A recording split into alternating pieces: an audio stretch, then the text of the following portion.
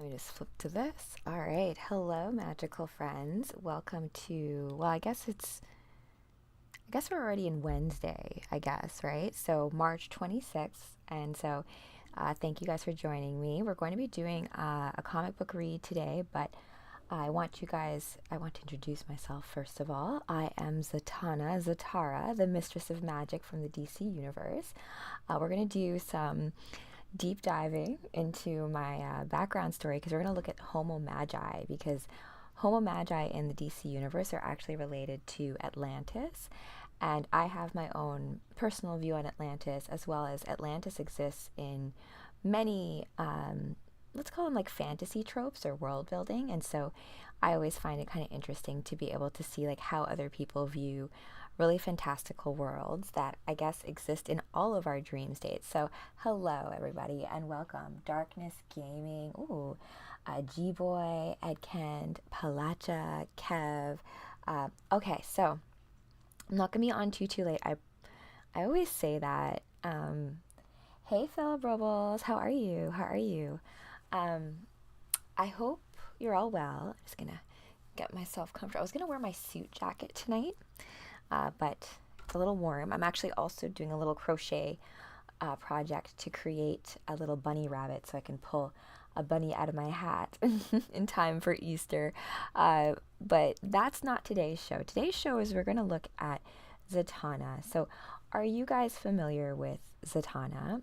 If you are, please do drop in the chat. I would love to know. Fun fact, I do believe one of Zatanna's creators is the same as Batgirl's characters. Don't quote me on that because that's not today's presentation. And if you're watching this live on YouTube, I do have a screen share, which I'm going to show now because we're going to go into some info about Zatanna if you're not familiar. And then we're going to do a read of Doomsday Clock, but not all of Doomsday Clock. So interesting thing about Doomsday Clock is that there's actually prophecy in Doomsday Clock about 2025. And what year are we in right now? 2025. I'm not going to get into all of that. Zatanna does make an appearance in Doomsday Clock, and she goes up against Dr. Manhattan, her and Constantine, the rest of the magic users. And it's an interesting conflict, right? How, well, Dr. Manhattan obviously wins, spoiler alert, but there's an interesting way in which those two powers interact with each other. And I always find comic books so interesting when it deals with those kinds of like concepts, right? Because a lot of that, oh, hey, Pokey13. Also, I have launched a Discord server. Well, actually, two Discord servers. One is, it's called Rachel Z's Galactic Sector. Have I been watching Daredevil? I have not been watching Daredevil, Conjura. I should though. I do love Daredevil. I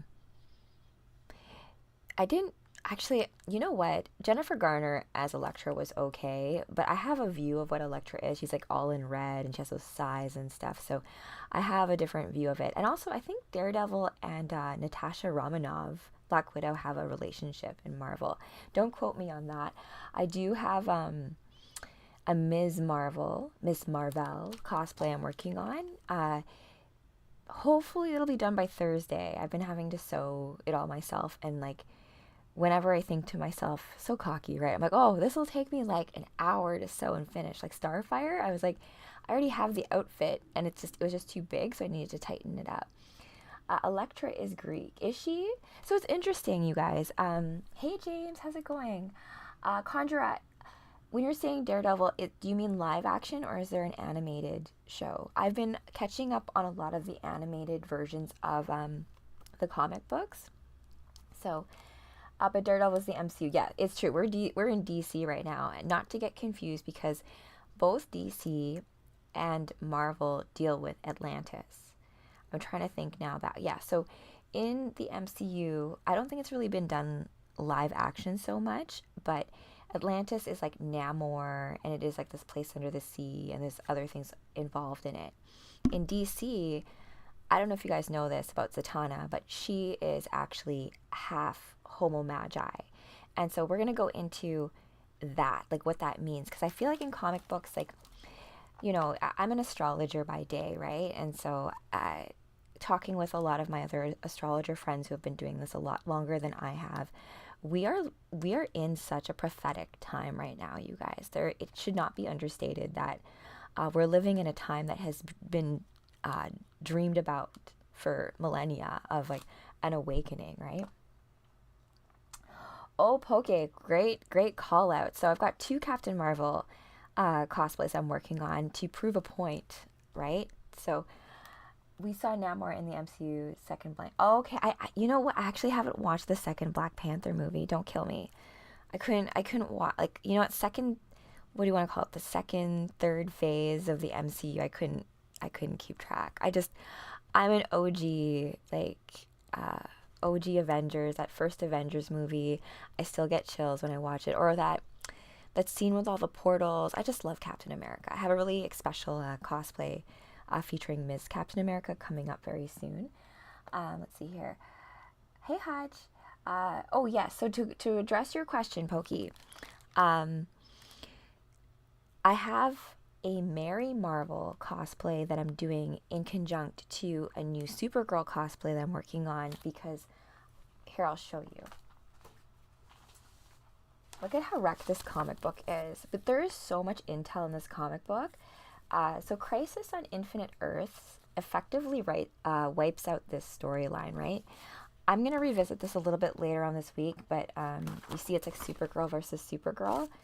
And it's because they're dealing with like a demoness. But we have Mary Marvel right here. So she's Shazam's sister. And I know, like, due to copyright, I feel like they had to change Captain Marvel into Shazam, right? Even though Shazam's the wizard, of which Captain Marvel is the champion of. So it gets all confused there, because like, even DC, they don't refer to their superpowered people as superheroes. They call them metahumans, except for Constantine, who refers to them as the soups and stuff. So anything after Endgame isn't worth watching. Yeah, the TV series have done some good stuff. And also, I've been watching Crisis on Infinite Earths, the animated movie, I guess. It's in 3 parts. The first part's Flash. The second part, I think, is Supergirl. And yes, Supergirl is so cool. Oh, yeah. I would love to get her on the show, like, interview her. I'm going to see. And also Marv Wolfman I want to really talk to as well, because he created Nightwing, as well as he wrote Crisis on Infinite Earths. Oh, and Superhero Chris, hey, how's it going? So we're going to go into Zatanna just a bit.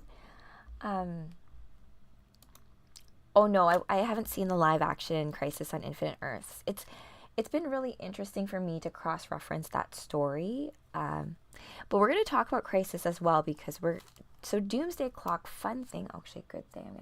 I'm gonna not mirror this so you can read it. So this is Doomsday Clock. The author of this, fun fact, Jeff Johns, right, who wrote Doomsday Clock, also wrote Blackest Night. Kind of interesting, right? Because both stories deal with very, like, prophetic things, right? And it continues the original Flash series. Ooh, that original Flash in the CW, I can't remember the actor's name, but I feel like he was more of the Flash than whoever they got, like Ezra Miller. Like, come on now. That's not Barry Allen. Barry Allen, I love Barry Allen. Oh, I have a cosplay that I'm working on for hubby to be Barry. But Wally West has grown on me with the Flash too. No, the other one. Oh my gosh. See, I have to keep track of all these things. We need to make a map with all the different continuities. Like, I've been trying to do that with Supergirl. I'm going to bring her back a little bit later to talk about that. So let's get into Zatanna, so I'm not here all night. I don't want to be here that long. I do want to get with. I loved Smallville up until a certain point. I had such a crush on Lana Lang, Kristen Krug. And I think they filmed all that in Vancouver, right? Okay, so bringing this to Zatanna, I'm going to give you guys some background into her. I have a quote by her saying, "Hey, pay attention to me. I'm fascinating." So Zatanna Zatara, usually known by just her first name, is a powerful half Homo Magi. I'm going to put a bookmark in the Homo Magi thing. She is the daughter of John Zatara, and just like him, casts spells backwards, right? So you're speaking backwards. Oh, and someone asked me who my favorite villain was. Oh my gosh, I forgot to answer. I'm so sorry. I love you, 4061. That's tough. Someone roasted me before when I was saying Black Cat was a villain, and they're like, she's an anti-hero, not a villain. I'm like, it depends on what the story is, right? Like, people have their own agendas and it can be like morally ambiguous. I guess to some degree you don't have to consider that a villain, but you can be on a redemption arc, which is always kind of nice too. Like, I was watching on Adult Swim, My Adventures with Superman. The animation style is really cool for that because it kind of looks like anime.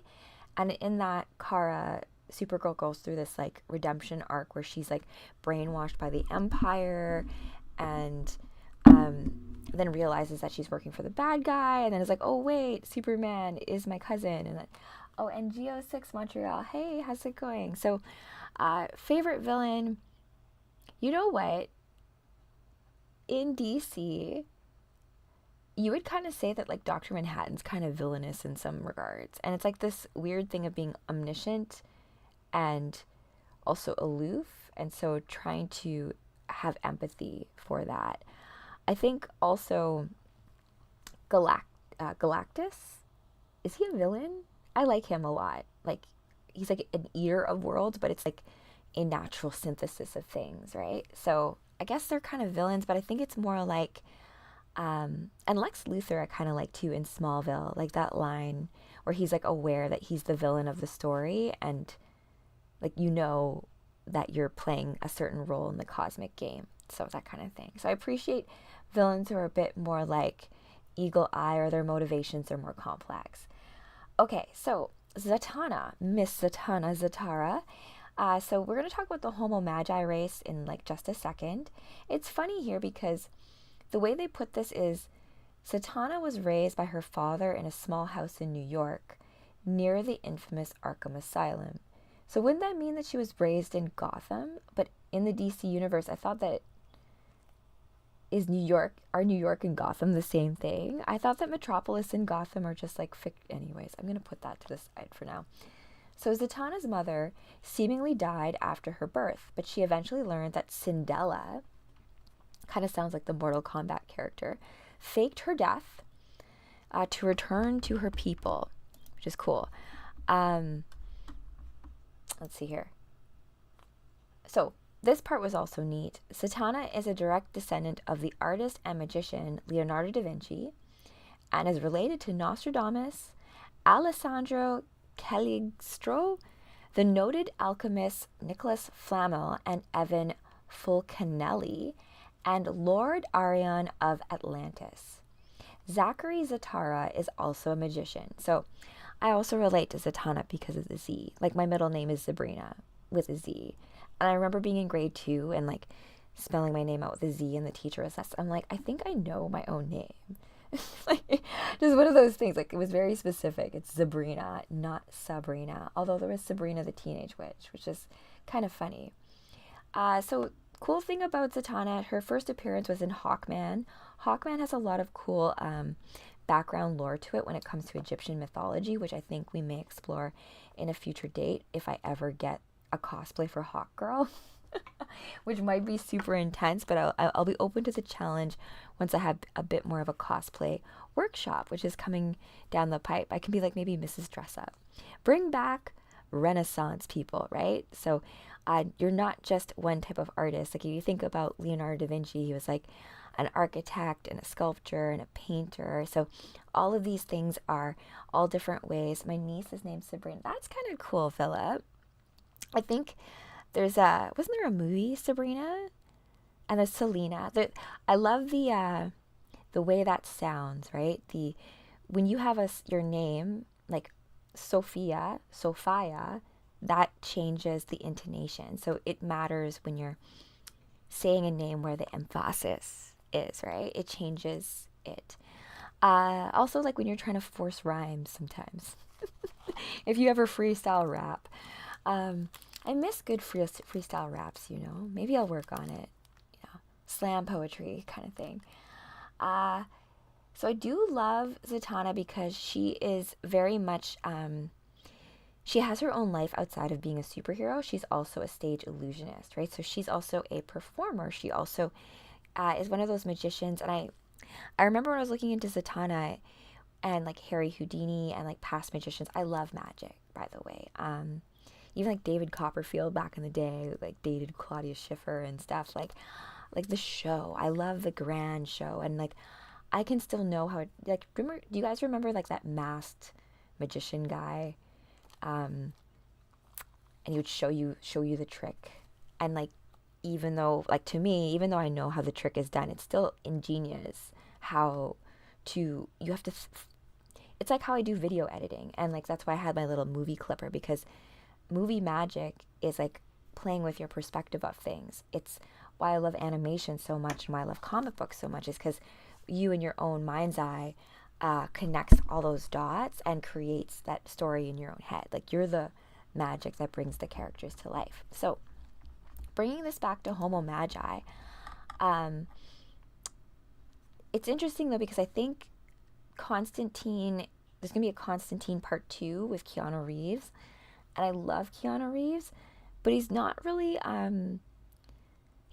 Constantine to me. Like, Constantine in the comic books is very much, this like English gruff, like, I've seen it all. He's also a very powerful mage.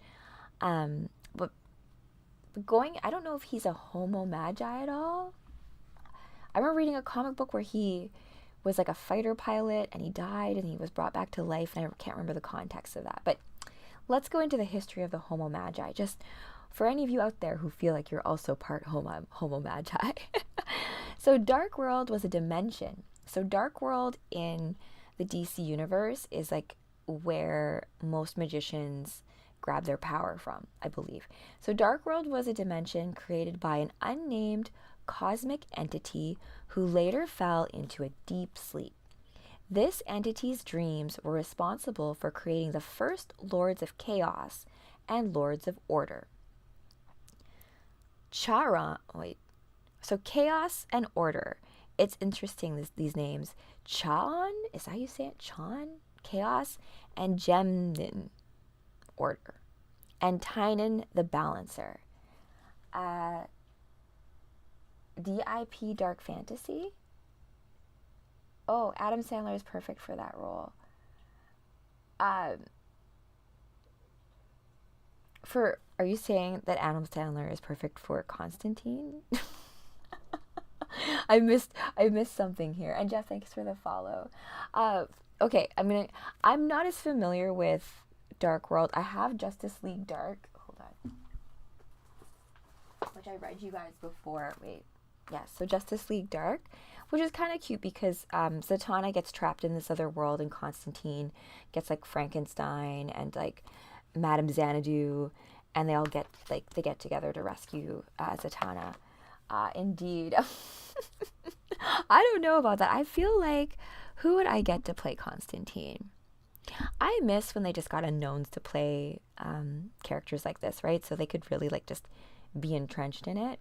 But Constantine's definitely like a rogue. If I had to get him to be an astrology sign, he'd probably be a Scorpio with a bit of Gemini there. So a Scorpio, Gemini, something going on there. I wish the final season of Umbrella Academy was actually good.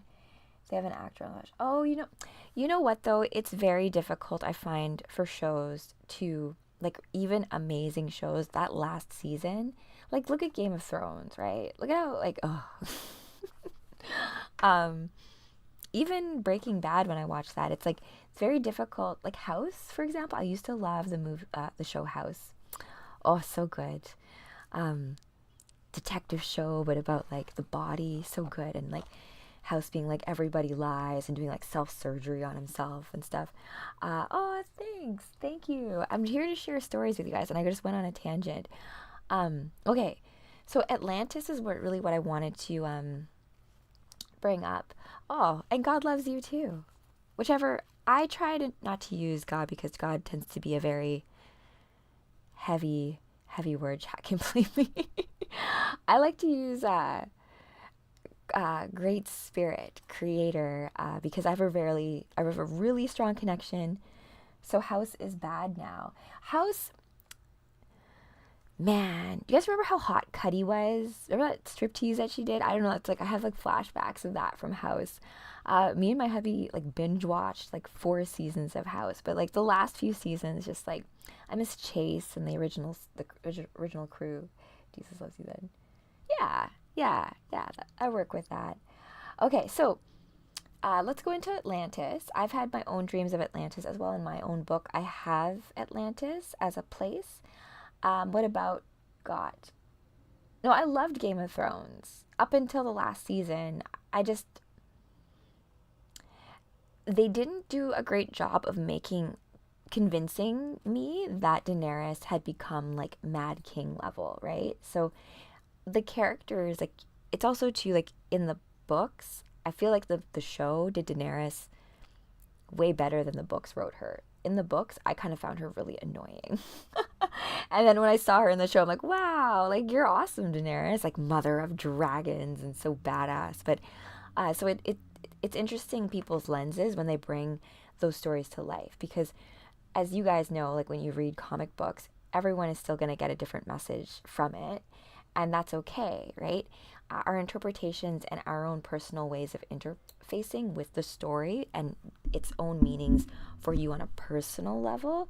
I'll give you guys an example, because I don't know if you guys have seen the movie Tolkien,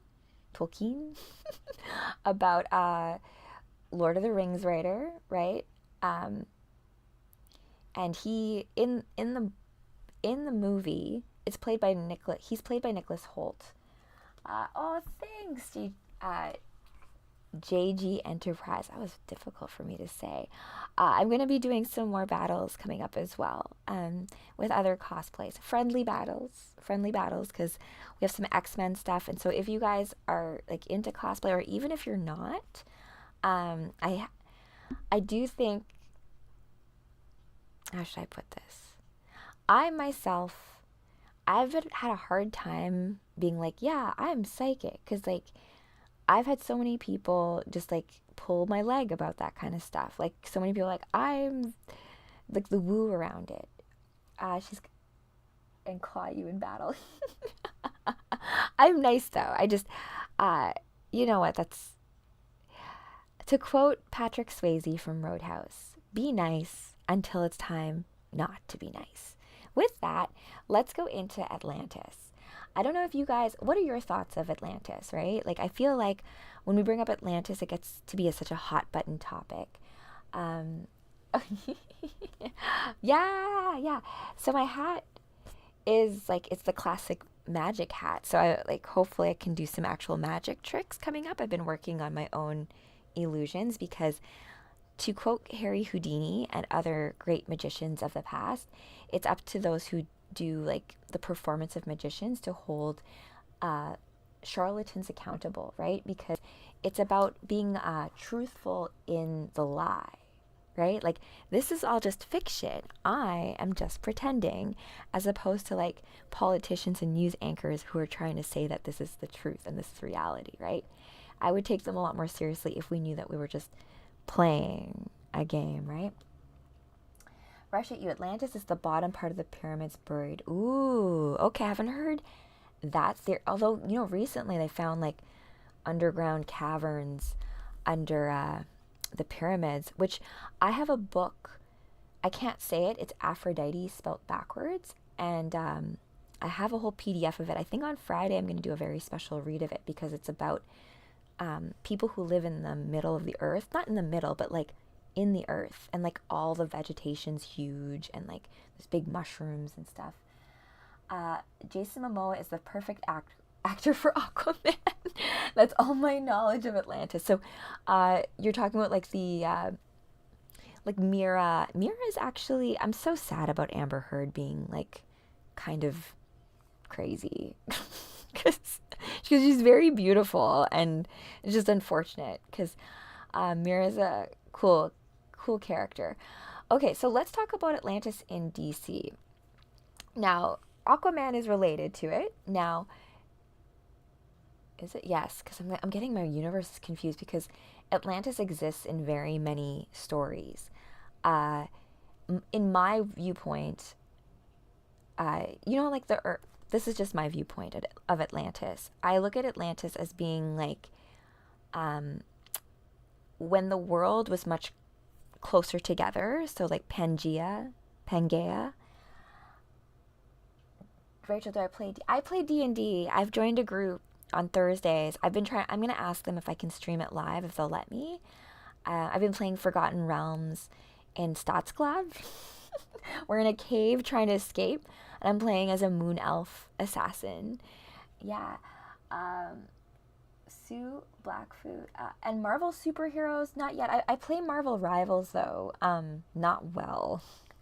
But I do have all my Marvel RPG cards, and I think that might be kind of fun to play with.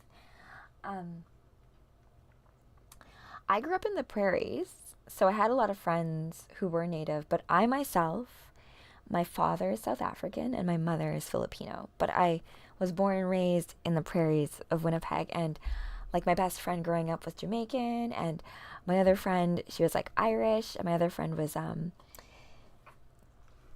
my gosh, Polish Ukrainian. So we were like, I never really. It was so funny too because my best friend, we've reconnected now, which is awesome. She was like 5'9", and I always called her my like Amazonian princess. And I was like, you know, when you're a short person, you hang around tall people, you start to think that you're tall too, but you're like not. So I know some Cree. I potentially do. I do have a strong connection to the cosmology of the land that we're in right now, because there's something really special about being here in the Great White North, right? Like, I'm an island girl, but why are we being reincarnated here in this place where it's freaking cold? We have beautiful Great Lakes, and I will say, I'm in Toronto right now, and I do now get homesick for the space of the prairies. I get homesick for being able to see all the stars from my backyard, of seeing Orion look over my father's house. So like so I just, you know, I miss that. D&D, I played half elf. Oh my goodness, Tojo, I feel like we like playing the same characters. I was gonna play as a half elf, but because it was Forgotten Realms, a moon elf kind of made sense with what I was going with, because my character's name is Mayari, and in Filipino, in the Filipino pantheon, before they became Christianized by the Spaniards, they had a pantheon where they had a brother and sister, sun and moon goddess, and the moon goddess of the Philippines is named Mayari. So I'm a Cree Nechi from the Alberta prairies. Oh, hey, Alberta. Yeah, so Alberta, Saskatchewan, and Manitoba, prairie provinces. Yeah. I feel like there's something, I feel like we're like wild Mustang horses or something, you know? One of our past lives must have been. California is known for, oh yes, Northern California. My friend Sasha is, I love Sasha. She's my friend who's an astrologer. I might get her on the show. She tracks Venus a lot. And to someone who was asking about the tarot readings, yes, I do 30-minute readings, and I have all of that, I think, on my Linktree. I don't know if I've organized it completely yet, but 30-minute just readings of like whatever you want. I use like a pendulum or cards or just divination itself. Like, I've used comic books to divinate before. And tomorrow we have something really fun planned, because Wednesdays are going to be known as superhero school days. So at noon, I want to do like a lunchtime follow along workout. I used to do something called, I'm still going to do it, it's Perfect 10. So we have 10 exercises all done back to back to back. And what we're going to do is we're going to pull cards for each of the exercises. So I'm going to have a legend to it, just for all of you folks who like to have creativity in your workout, so that each time it's something cool and intense and something to shake things up. Because Wednesdays for me are like my days off, like heavy lifting days. Like I do back on Monday, chest on Tuesday, which was today, then Wednesday off, so like active dance, stretching, and then Thursday legs, and then Friday shoulders and arms. So that's my split. I'm old school bodybuilder style. I used to compete, so I've never been more happy with my body than I am right now. I don't do 2 hours of cardio a day, that kind of stuff. I'm a bear or a black wolf. Ooh, I love black wolf. And I think you can have more than one animal totem. I feel like it's a matter of knowing which animal teachers speak to you. Like white wolves have always spoken to me, as well as like as birds in general. Like I feel like whenever I even walk around, I like have the birds follow me and talk to me.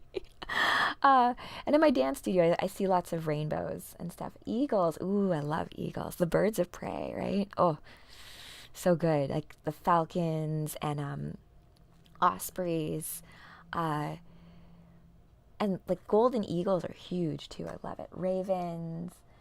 How do you find out what animal you are?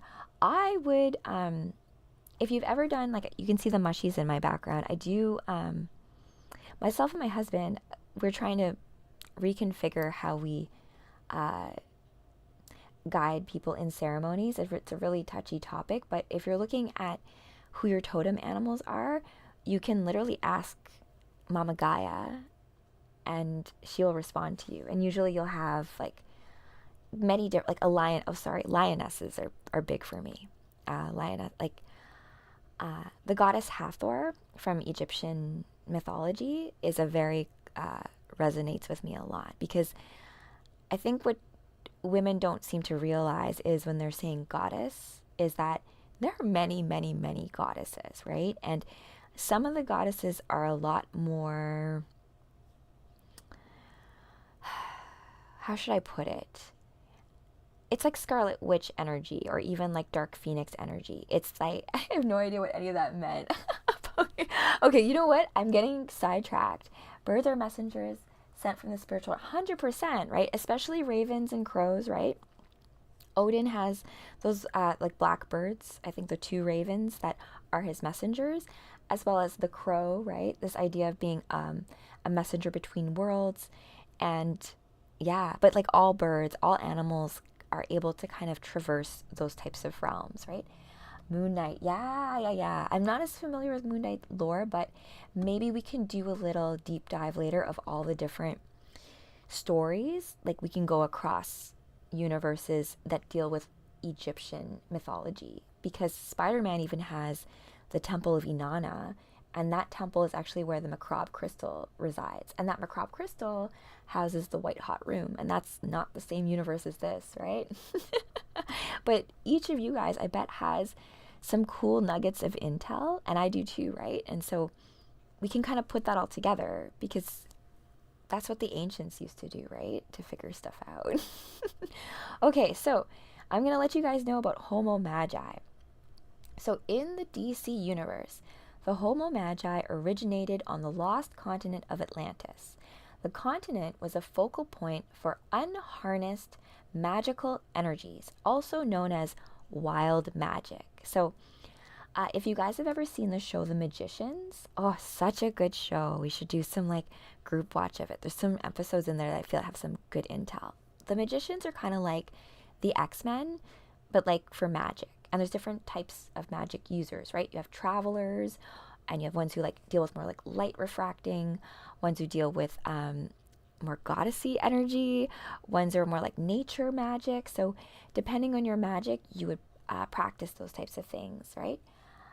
Wanted to watch. Oh yeah, please go. I'm gonna rewatch some of those episodes.